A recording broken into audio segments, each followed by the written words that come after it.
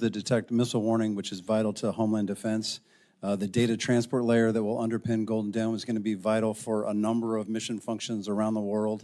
And it's that final piece where we try to protect the homeland with interceptors that I think is vital. And a question I might have is whether or not we are trying to defend our satellites in orbit as well. We are working as hard as we can to make sure that the satellites that we have on orbit that we depend on are as resilient to attack as possible, and then also being able to use counter space capabilities to impose costs on anybody that would try to attack our satellites. Can you give me a rough estimate of how many satellites we're talking about in your recent description? That we have to protect, or Yes. dozens, and growing every year with the Space Development Agency's proliferated constellation. In the next 2 years, we'll put another 300 on orbit. And so there's a growing number of satellites that we have to protect. And could you identify some basic missions that those satellites are performing on a regular basis? Nuclear command and control through satellite communications, missile warning.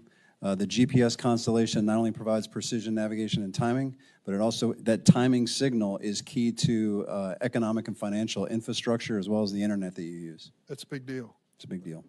So what about our adversaries? China, Russia? My biggest concern is that the kill web that we call it, that the PRC has put in place, allows them to track and target at great range the rest of the joint force in all the other domains.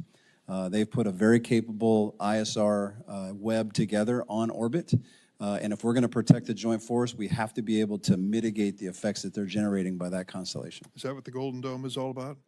Well, Golden Dome is more about homeland defense. I have to protect the joint force from space-enabled attack worldwide. What do we characterize that defense by name? Space superiority. That's pretty obvious. That's good. I like that. Thank you very much. Thank you, Mr. Chairman. Senator Murkowski. Thank you, Mr. Chairman. Gentlemen, thank you for being here today. Thank you for your leadership.